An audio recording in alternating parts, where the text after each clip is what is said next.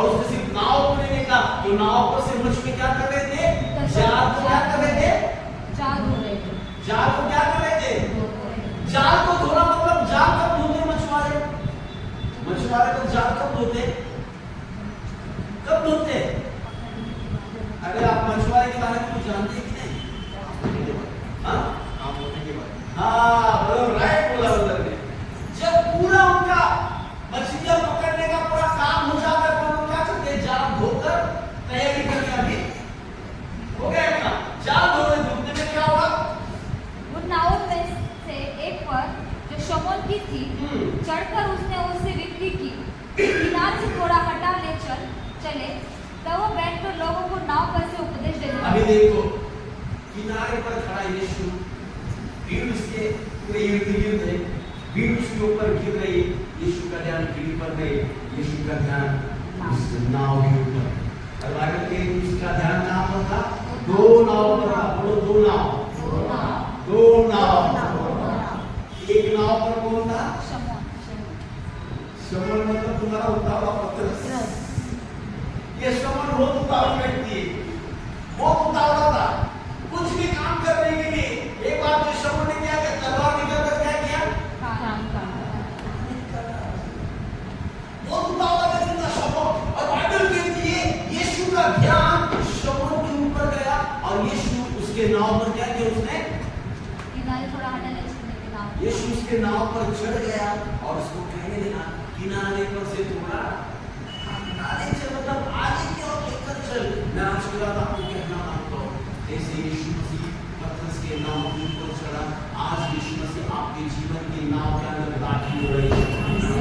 आप सोच रहे हो यहाँ पर आने से पहले आप बहुत सारे प्रॉब्लम्स में आए हो, बहुत सारे दुविधा में फंसे हो, आपके लाइफ में बहुत सारा उथल-पुथल मचा है शैतान ने, आपने बहुत कुछ गंवा दिया है। लेकिन आज के बाद प्रभु का दास होने के बाद तब से कहना मांगता हूँ, यीशु मसीह आज आपके जीवन के अंदर प्रवेश कर रहा है। यीशु मसीह आपके जीवन के अंदर उसके कदमों को रखता है। यीशु मसीह अपनी शांति को तुम्हारे जीवन के अंदर देता है। यीशु मसीह के बल को तुम्हारे जीवन के अंदर देता है।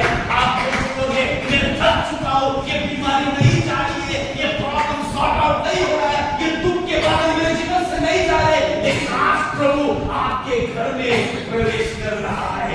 आज प्रभु आपके जीवन में अपने काम को बना रहा है। आज प्रभु अपने आपके जीवन में एक शांति के एक अमन को वो क्या कर रहा है? लेकर आ रहा है। Hallelujah, hallelujah, hallelujah. वचन सुनने के लिए यीशु के ऊपर भीड़ गिरती थी। आज कलीसिया में वचन सुनने के लिए भीड़ कम रहती है, भविष्यवाणी के लिए भीड़ ज्यादा रहती है। आज कलीसिया में बाइबल स्टडी के लिए भीड़ कम रहती है, लेकिन मैं आपसे कहना मांगता हूँ तेल पानी के लिए भीड़ ज्यादा रहती है। Hallelujah, hallelujah. कलीसिया में वचन सुनने के लिए भीड़ कम होती है, लेहार के लिए लोग लाइन लगाकर पैसे देकर चले जाते हैं। हालेलुया। मैं आपको क्या कहना चाहता हूँ, प्रभु का वचन बहुत इंपॉर्टेंट है। Word of God is very important in our life. Hallelujah. प्रभु का वचन हमारे जीवन में बहुत मायने रखता है। और कई सारे मसीही लोग आज मसीह जीवन की जो बुनियाद है, पहला है विश्वास और दूसरा मसीह का वचन। इस बुनियाद को मसीह लोगों ने क्या किया है? उसने मसीह लोग आज उसको भूल चुके।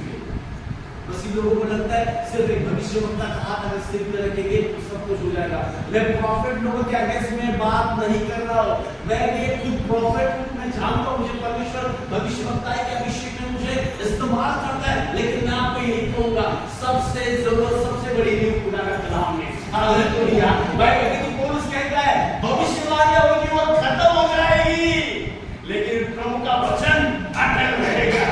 Hallelujah, hallelujah. और कई सारे मसीही लोग अपने जीवन में निराश क्यों है, अपने जीवन में क्यों हार चुके? क्योंकि उन्होंने ज्यादा अहमियत परमेश्वर के वचन को नहीं दी। आमीन, हालेलुया। पतरस के पास यीशु गया, अभी पतरस जाल धो रहा है, मैजिक करो, उसका काम होगा इसमें जाल धो रहा है, लेकिन असलियत क्या थी? लोगों को लगा होगा शायद अभी पतरस जाल धो रहा है, लेकिन पतरस को नहीं मालूम जो उसके नाव पर आया है वो उसका निर्माण करने वाला परमेश्वर है। हालेलुया। पतरस के नाव पर यीशु ने कदम रखा और पतरस से यीशु अभी बातें करने लगा है। बात करने से पहले यीशु ने क्या किया? उपदेश करना शुरू कर दिया। जो भीड़ उसके इर्द गिर्द थी उन सबको वचन देता रहा, और वचन देते देते पतरस को बोला, पतरस थोड़ा किनारे से हटा लेकर आगे की ओर ले चल। और जैसे आगे गया, क्या लिखा है वचन में?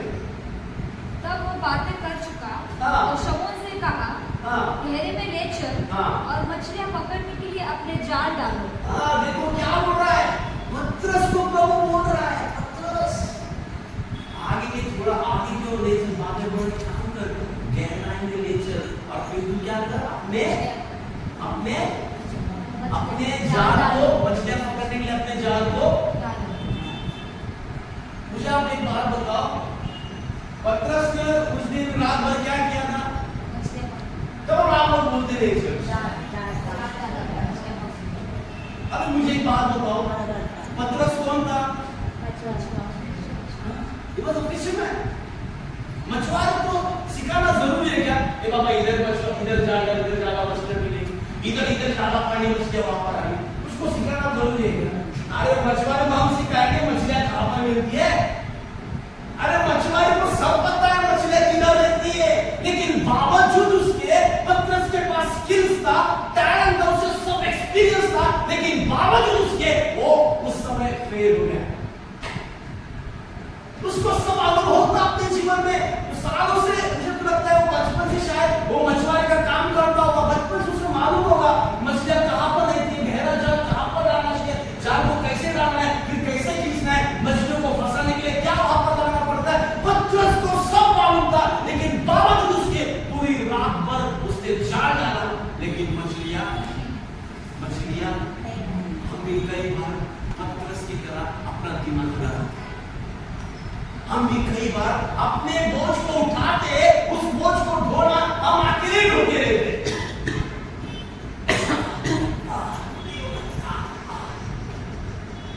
जब पूरा बोझ आता है हमारे ऊपर, हम जब पूरे से गिरने को आते, फिर तो प्रभु भी ऊपर से तमाशा देखता है, वो क्या से कर रहे हैं? स्वतःच्या हिमतीने करतोस ना तब मग ज्यावेळेस ओझं जास्त होतो ना, मग प्रभु कई बार हम भी पतरस की तरह क्या करते, अपना दिमाग ज्यादा इस्तेमाल करते। कई बार हम पतरस की तरह हमें घमंड होता है हमारे टैलेंट के ऊपर, हमारे स्किल्स के ऊपर, हमारे अनुभव के ऊपर, हमारे सारे चीजों के ऊपर। मेरे पास बहुत अच्छा नॉलेज है, मुझे मालूम है मछलियां कहां पर मिलेंगी, मुझे मालूम है मछलियां पकड़ने के लिए क्या क्या टैलेंट चाहिए, मुझे तो सब आता है, मुझे बताने की जरूरत नहीं है भैया। Hallelujah hallelujah.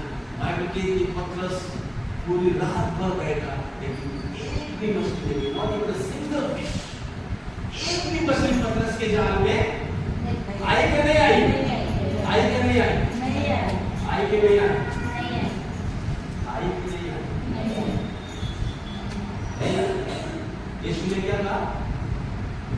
जाल को कहां पर डाल दे?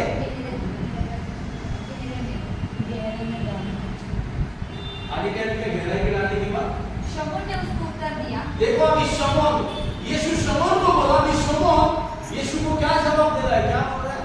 हे स्वामी, हाँ हमने सारी रात मेहनत की हाँ और कुछ न पकड़ा, हाँ। तो भी तेरे कहने से जाल डालूंगा। देखो अभी पतरस क्या बोल रहा है? प्रभु हे स्वामी हे मालिक, रात भर बैठा हो, रात भर पूरे ठंड में कपकपाती हुई मछलियां पकड़ने के लिए यहाँ गया, नाव इधर से उधर लिया, पूरब से पश्चिम गया, उधर से दक्षिण गया, लेकिन एक भी मछली नहीं मिली। लेकिन अब तू कह रहा है तो मैं क्या कर रहा हूँ? जाल को हालेलुया हालेलुया। पतरस यीशु को बोल रहा है तेरे कहने पर मैं डालूंगा। पतरस को ये नहीं मालूम किसके साथ बात करना है। हालेलुया।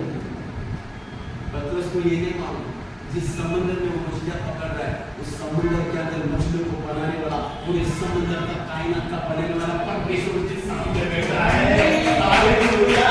यीशु मसीह कह रहा है पतरस तू तो सिर्फ एक नाव का मालिक है, मैं तो पूरी दुनिया का मालिक हूँ। ये समुद्र मेरा है, ये आसमान मेरा है, ये पृथ्वी मेरी है, इस समुद्र के पानी के अंदर तैरने वाले हर एक जीव जंतु मेरे बनाए हुए हैं। और जब यीशु ने बोला पतरस गहराई में क्या कर जा, जिस समय यीशु ने ऐसा बोला ना, मैं आपको एक के साथ कह सकता हूँ, पूर्व पश्चिम उत्तर दक्षिण चारों दिशाओं से मछलियां जो भीतर भीतर हुई होगी ना, वो सारी मछलियां उस पतरस के जाल में जाने के लिए क्या करती होगी? पहले मैं जाऊंगी पतरस के जाल में, पहले मुझको जाना है। सुरमई बोलते कि अभी मैं जाऊंगी, हालेलुया।